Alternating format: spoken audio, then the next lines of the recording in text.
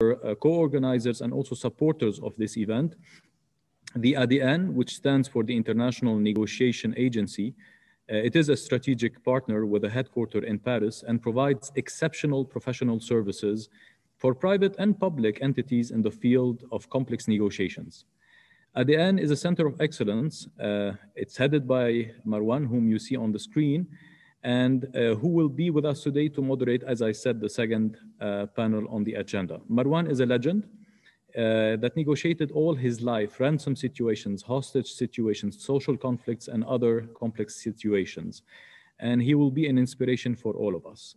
And the second partner that supported this event is the Global Citizen Forum. The forum is a social action platform built on a community of leaders committed to improving the state of global citizenship for the generations to come.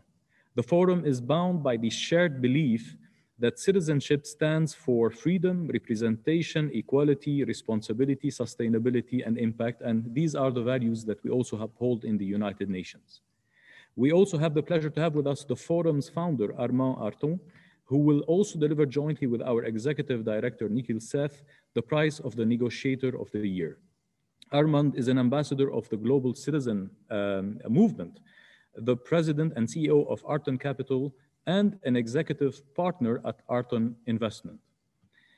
Now that you know who are the organizers, let me walk you through the vision of what we are trying to achieve here today through the World Negotiation Day.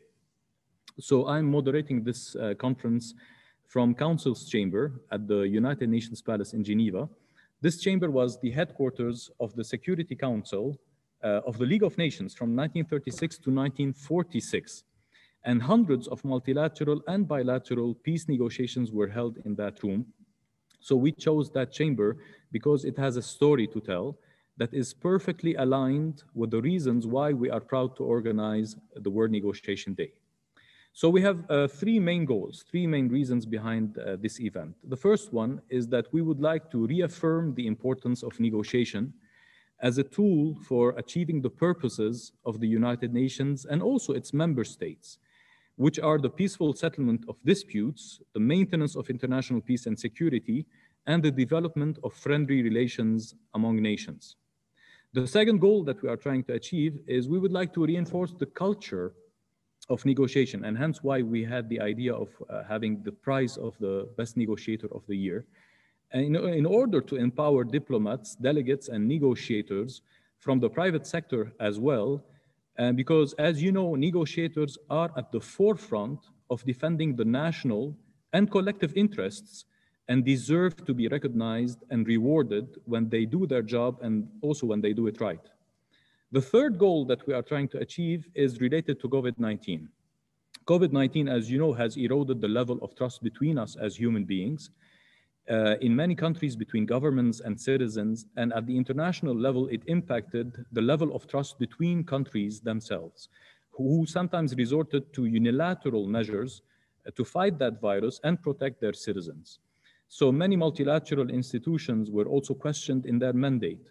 So negotiation, we consider that negotiation is the best tool that will enable us to reestablish that eroded trust between all of us and hopefully lead to a new international social contract that will bind us together. So this is why we put in place a beautiful agenda for you. I'm going to walk you very quickly through that agenda. So this is the opening words that I'm doing, and then we are going to have the opening remarks, and it's an honor and a pleasure to have with us the WIPO Director General, Mr. Darren Tung, who will give us these opening remarks for 10 minutes. And then we will start with a roundtable on bilateral diplomacy. That roundtable will shed the light on recent breakthrough in peace negotiations between Israel and the United Arab Emirates. It will be followed by a coffee break at 4 o'clock Central European time. After that, we are going to have a beautiful multilateral panel and roundtable that will be moderated by Marwan. And this panel will focus on the multilateral challenges that we are facing today, from Corona, from climate change, the Sustainable Development Goals, and all other global challenges. And we are going to have Her Excellency Ambassador Elaine White from Costa Rica with us. You are going to enjoy every single experience and knowledge he will share with you, and Mr. Victor Arvidsson, the head of strategy and marketing of Ericsson, and also Ms. Anne Lemore, who is the negotiator of the Green Deal EU, with us on this panel. But I will leave it to Marwan to present these people and provide you with more information. At 5 o'clock Central European time, we are going to have the delivery of the prize of the negotiator, the best negotiator of the year. And then we are going to have at 5:20 the official photo and then it will be followed by the closing ceremony. Our executive director, Mr. Nikhil Seth, and also Mr. Armand Arton will deliver the prize of the negotiator of the year. Now that we know the agenda, let us go forward with the opening remarks of DG Director General Tang of the World Intellectual Property Organization. As you know, WIPO is a United Nations specialized agency. It is based here in Geneva. It is at the forefront of negotiations.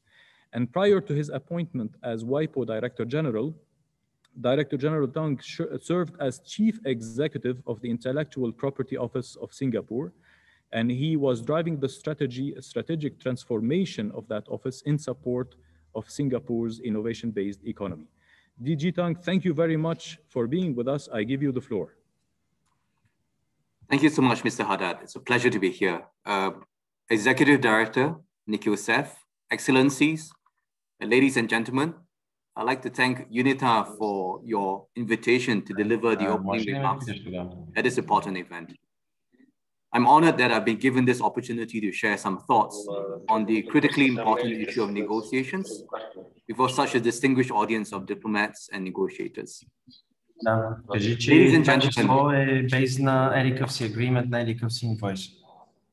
the world is confronted with acute challenges in multiple areas. The pandemic, climate change, trade disputes, and socioeconomic inequalities raise serious questions that demand urgent global solutions. Sorry. Check it. Yeah, Mr. Arthur, we should Check him out. Okay, check it. Can you hear us? You need to switch off the microphone. Okay, it's done. Sorry, Mr. Tang. You can carry. No problem. I'll start from the top so that we can hear the speech again. If you can give me a minute.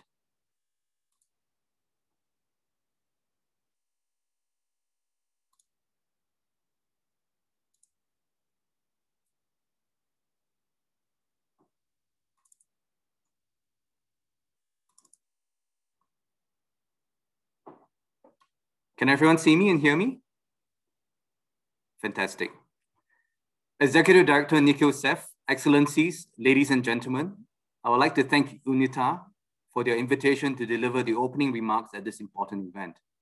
I am honored that I've been given this opportunity to share some thoughts on the critically important issue of negotiations before such a distinguished audience of diplomats and negotiators. The world is confronted with acute challenges in multiple areas. The pandemic, climate change, trade disputes, socioeconomic inequalities, all these raise serious questions that demand urgent global solutions. Added to these long-standing issues is a whole range of new problems raised by the unrelenting advances in technology that are fundamentally reshaping the way we live and which we sometimes struggle to adequately address all of its implications. The international response to addressing this perfect storm of issues has not been lacking in terms of effort, but perhaps disappointing in terms of results. There seems to be, in recent times, a lack of movement in many critical multilateral negotiating processes. Positions remain polarized and consensus continues to evade us. Perhaps there's a structural reason for this difficulty in forging agreements and in arriving at solutions to shared problems. Perhaps new technologies, demographic shifts, and environmental changes, exacerbated by the challenges of the pandemic, are combining to push the world into a period of transition, a period in which old structures and accepted ways of doing things linger on, while urgently needed new arrangements and mindsets are yet to materialize fully.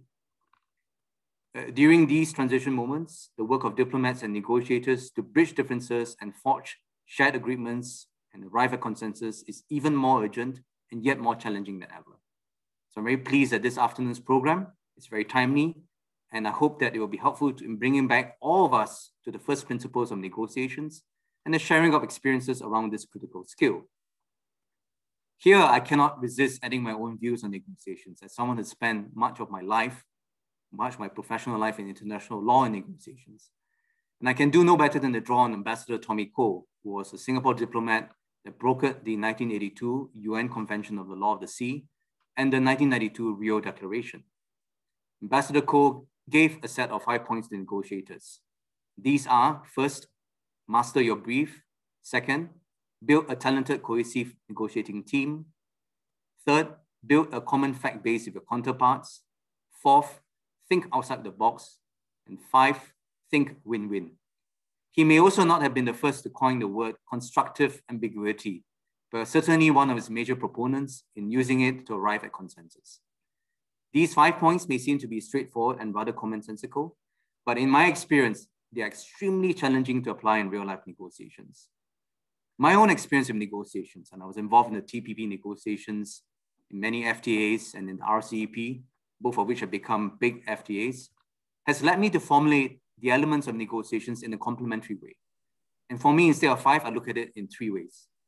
Negotiations is first the combination of substance, which are the facts and issues at hand. Second, process, which are the logistics and process-driven issues relating to the negotiations. And third, dynamics, which is the management of the relationships and the ambience and ebb and flow of the negotiations. Substance is the foundation of all good negotiations, but by itself, it is not enough. The process needs to be managed well too, in order that the discussions are framed and given the best environment to succeed. But most difficult of all to handle is dynamics, which is about the ever-evolving mood and ambience of the negotiating room, the relationships between the negotiators, and even relationships with other stakeholders outside of the negotiating room. When all 3 are present and skillfully managed, we are able to achieve consensus and make a difference. The United Nations 2030 Agenda and the associated SDGs is a case in point. This ambitious agenda, which sets out a broad range of specific goals to be achieved in a limited time frame, can be said to be an immense and recent negotiating success. The international community was able to commit to addressing multiple development issues in an integrated manner with clear timeframes and targets. Of course, with a project of this size, there are inevitably questions about the viability of some of the goals and whether the 2030 agenda is more aspirational than practical in certain respects. But what cannot be denied is that the negotiators succeeded in overcoming deeply divergent positions on the whole range of issues, and in so doing, provided a long-term, clear framework for multilateral development initiatives.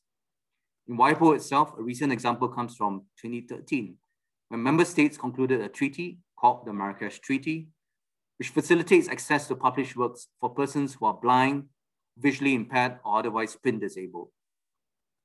In the negotiating process, many of the challenges that I've mentioned before came to the fore.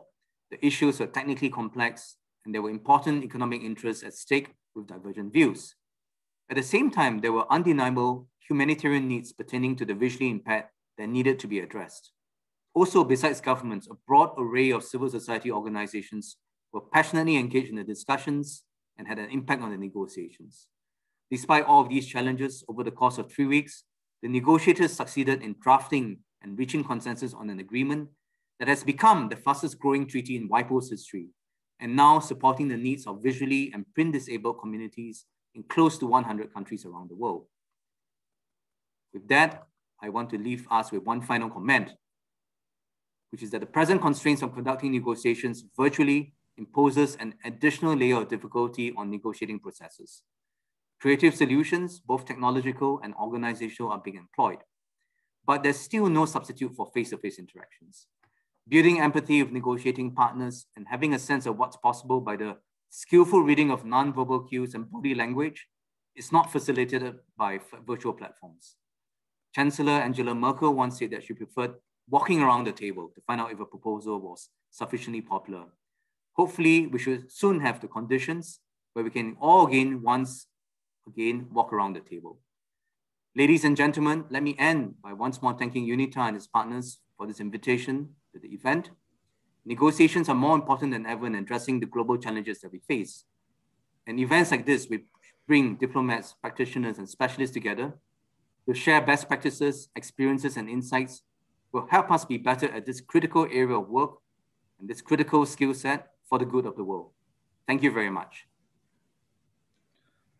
Thank you very much, Director General Tang, and thank you very much for sharing with us your vision and also the experience when it comes to negotiation. I fully agree with you on the need for us to, go back to face-to-face interactions, and we look forward to it. This is the core of diplomacy. And so now we are moving to the first panel that I'm going to be moderating. It's a fantastic panel. It's a panel that will shed light on a recent breakthrough in bilateral diplomacy between the United Arab Emirates and the State of Israel, who signed the Abraham Accords Peace Agreement, Treaty of Peace, Diplomatic Relations, and Full Normalization. This is the official title of the agreement. And that agreement was signed at the White House on 15 September last year. The discussion with this panel will lead, with the leading negotiators, will provide insight on the negotiation dynamics and the development of common shared objectives and the communication strategy adopted by both parties. Allow me please to introduce first the negotiator on behalf of the United Arab Emirates, Her Excellency Hind Al-Utaiba, who is the Director of Strategic Communications at the Ministry of Foreign Affairs and International Cooperation. And Her Excellency leads the United Arab Emirates Foreign Policy's Strategic Communications Department. She is responsible for representing the country's foreign policies, serving as the principal point of contact for international media and overseeing the communication efforts of the United Arab Emirates diplomatic missions. And prior to Her Excellency's work as an advisor to the Foreign Minister, and she held various positions in her government. And then from the State of Israel, we have Mr. Dor Shapira, who has been serving since August 2017 as the Director of the Coordination Department at the Director General's Bureau, Ministry of Foreign Affairs. Among his duties, he is responsible for the contact with countries Israel does not have any diplomatic relations with. Prior to his current role, he served as Minister Counselor for Congressional Affairs at the Embassy of Israel in Washington, D.C., where he acted as the liaison on behalf of the State of Israel to the U.S. Congress. Shapira joined the Foreign Ministry in 2006 and served also in Australia. He is appointed as Israel's next ambassador to Portugal starting summer 2021. Hind, Dor, really thank you very much for being